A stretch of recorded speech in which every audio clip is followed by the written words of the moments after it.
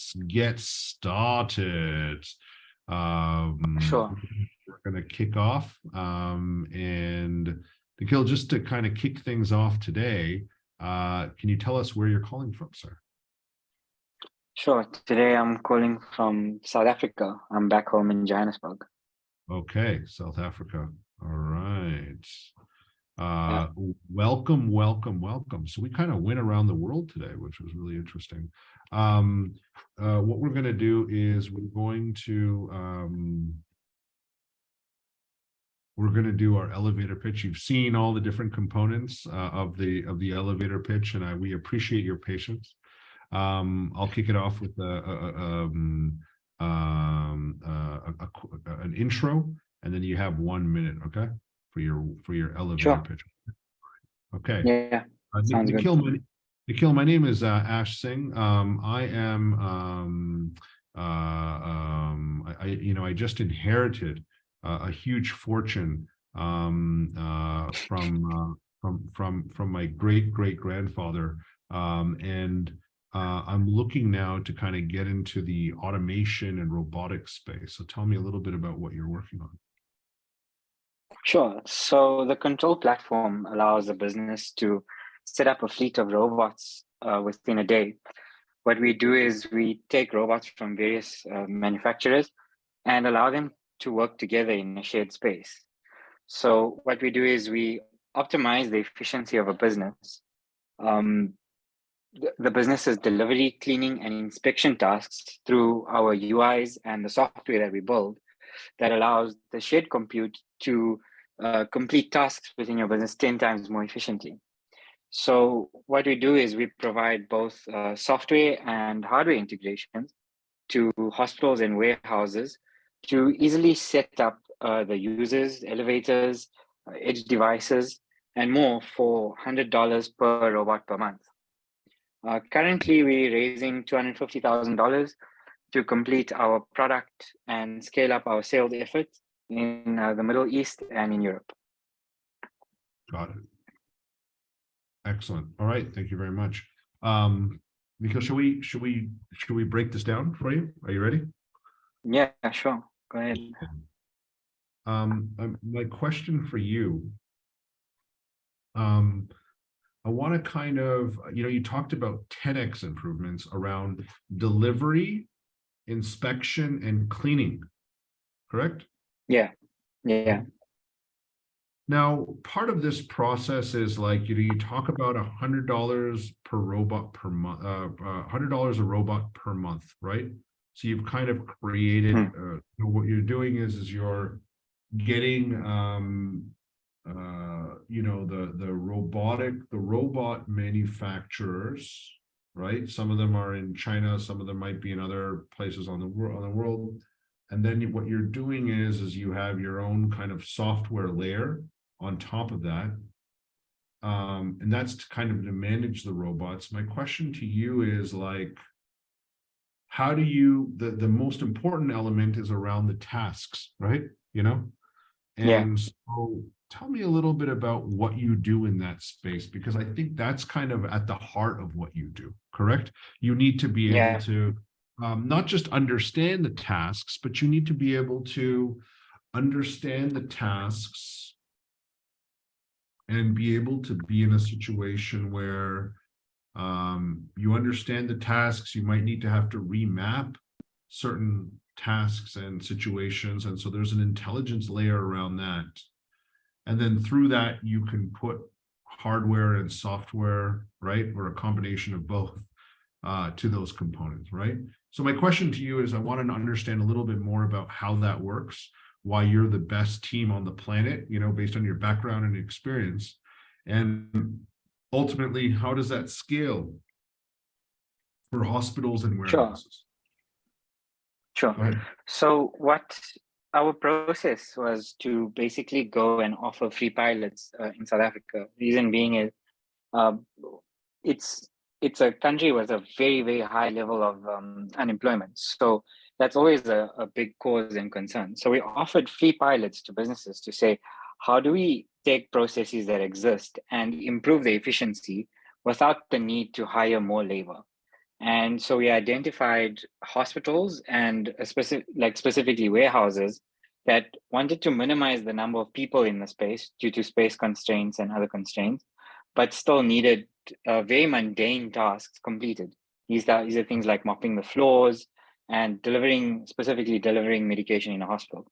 So we extracted really global problems from our pilot cases, and then tailored our software to work for these specific industry verticals that we explored.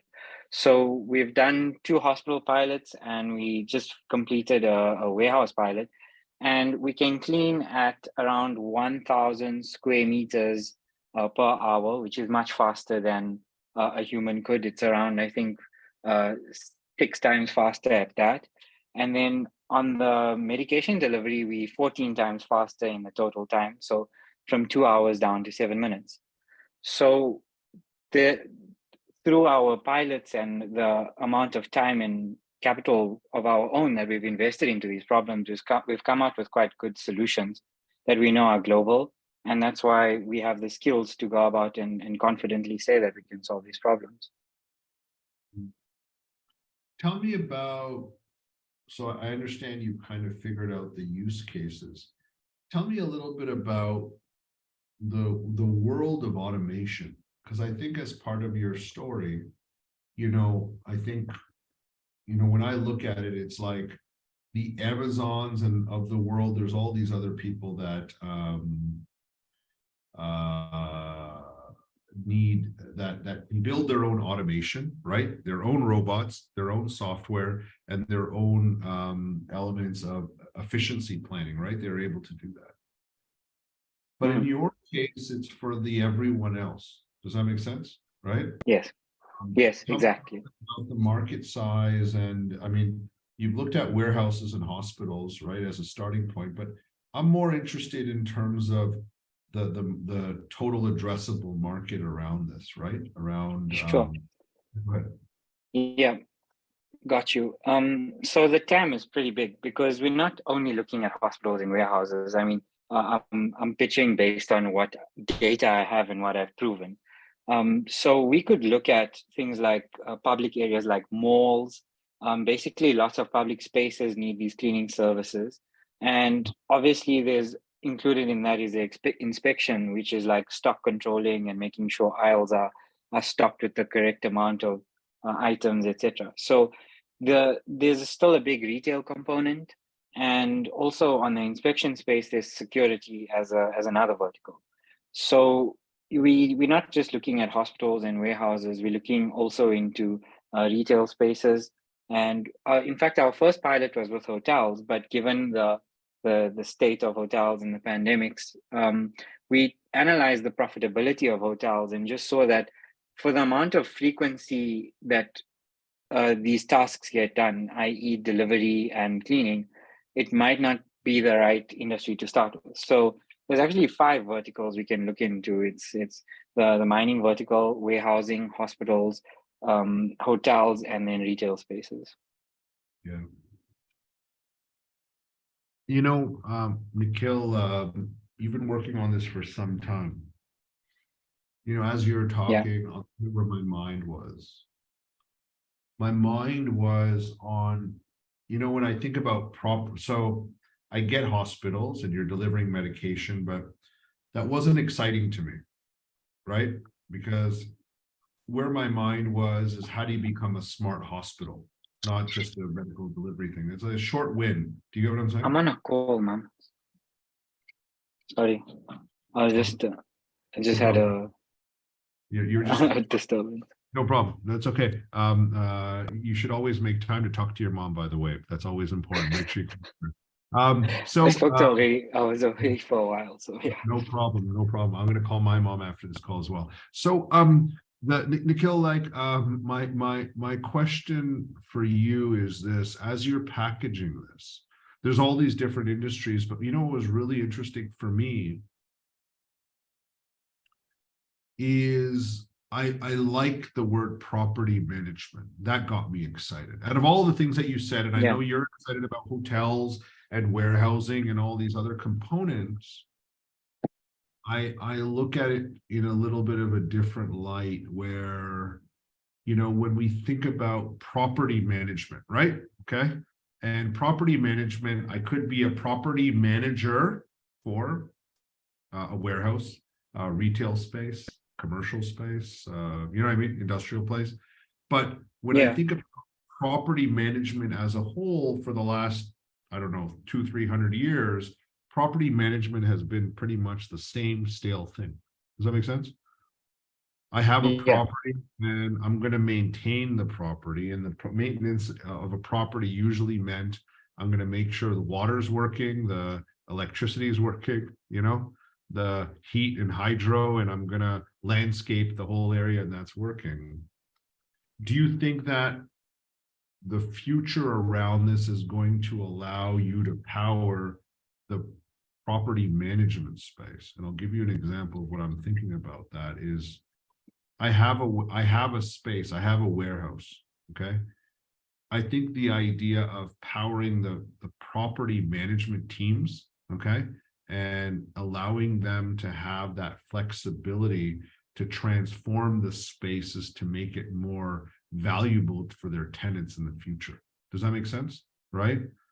yeah, And definitely. and so when I look at it, when you were talking about cleaning, okay, delivery, inspection, all of these components, being able to level up a property manager to say, hey, by the way, there's all these warehouses, but you're the only one that's going to have automated cleaning, okay, which is great. Automated maintenance, right? So, the all of those components, right? Because that's going to save them time, right?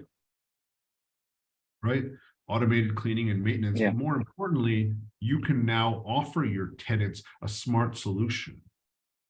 Does that make sense? Right? So yeah, I have all these people that want to come and occupy my warehouse, right? And I have like a huge warehouse. I'm going to have 10 tenants.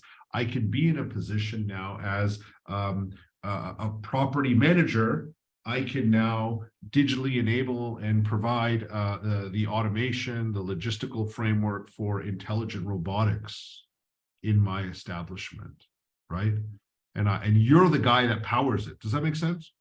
You know? yeah, yeah, And the reason why that's really powerful for me is because you then disrupt the industry, you disrupt the vertical, right?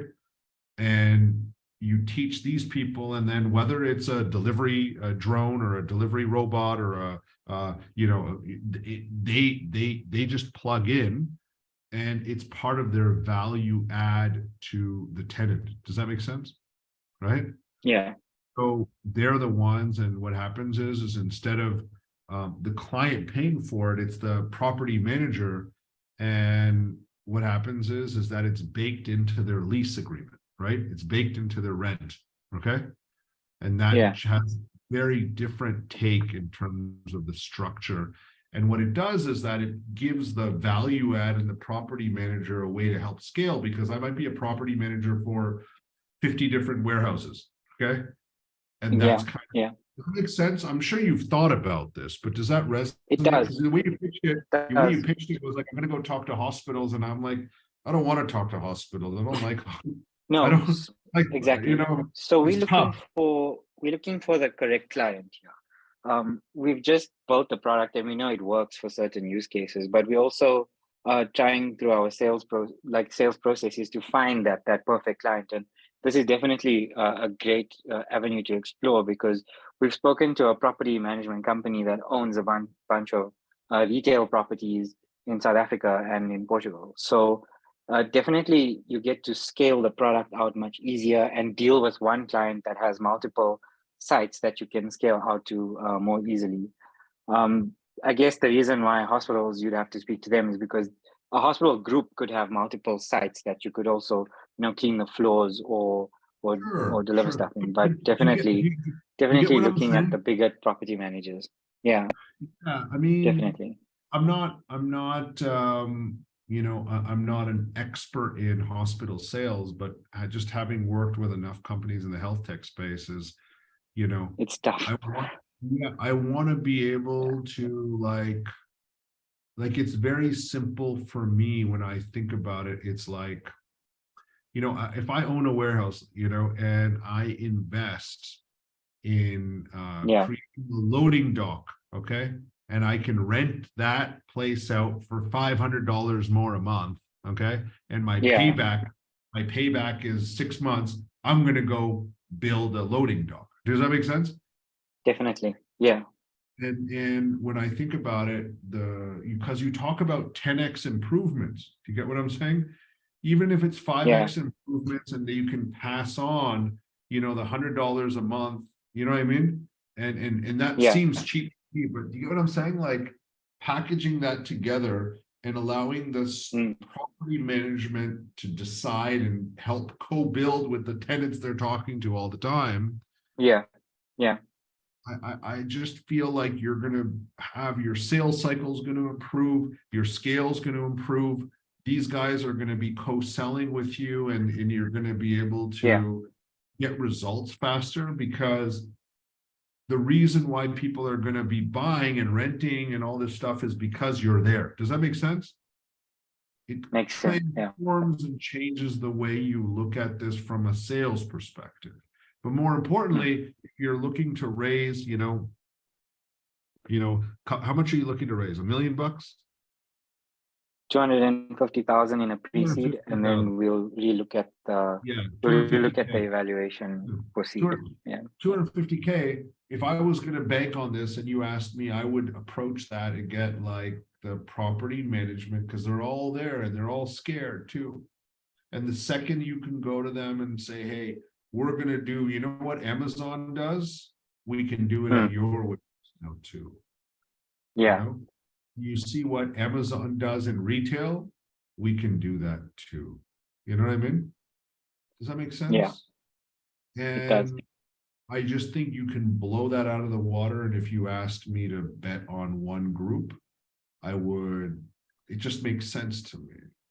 You create the smart, intelligent, robotics powered property management teams around the world, right? And focus on the people that have a minimum of 50 units or something like that, and you go and you scale. I mean, that's what I would do. Does that make sense? Yeah, it does. That's exactly the range of customer we're looking at. So I did like price sensitivity on my TAM.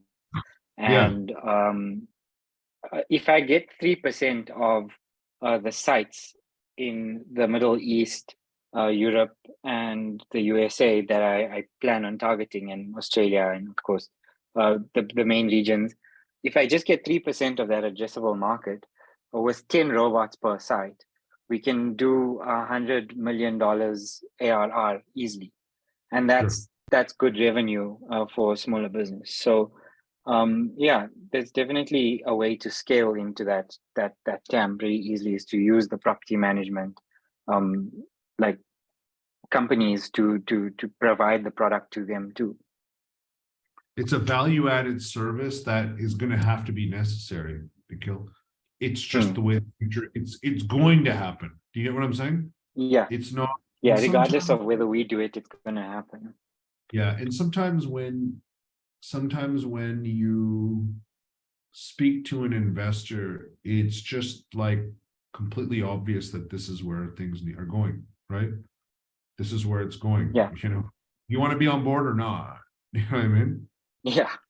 Yeah. And then you build from there. Does that make sense? Right? Yeah, it does. Would you like me to pitch this idea to you, Nikhil? Yeah, go ahead. Would you like me to pitch it to you, and you can be an investor? Okay, I'll try my best. Yeah. But don't be like Jacob Zuma's son or any of that stuff. I don't want any corrupt government officials. Now we're done with those guys. Hopefully, okay, right? South Africa needs good. That's why we're based in Lisbon now, right? That's why I've been traveling so much, is because we're not looking at this region at all. So, yeah. I'm sorry to hear that, right? We're a lot of us, anyways, that's a leadership conversation we can take, but I want you to introduce yourself and let me see if I can pitch this idea back to you. Okay, go ahead. Sure. I'm Nikhil Ranchod, prolific venture capitalist and investor.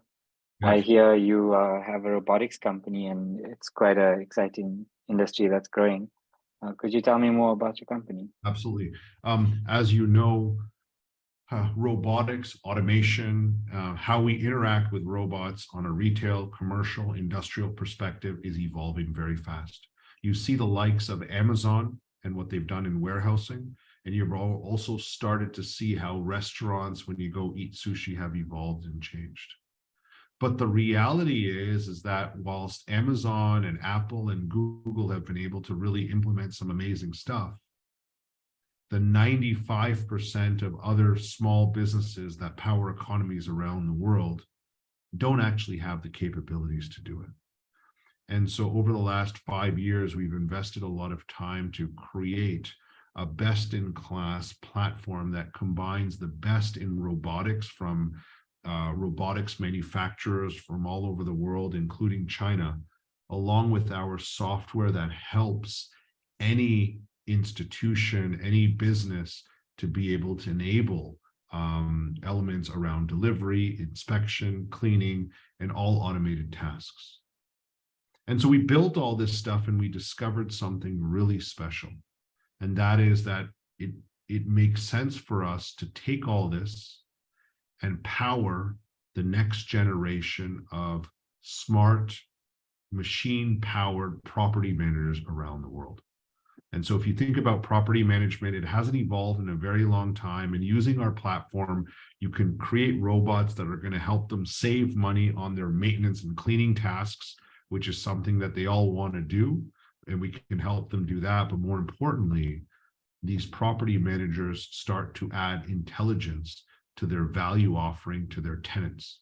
So being able to offer automation, being able to put all the robotics equipment in place and giving them a value add so they can increase their rents by 20 and 30% from a value add perspective, and bring automation and robotics at scale to warehouses, hospitals, retail facilities, shopping malls around the world, and create the multi-billion-dollar future industry of smart property management.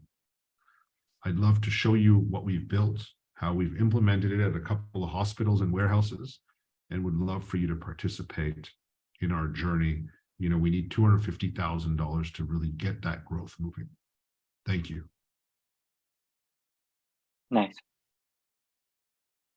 Did that resonate with you? It did.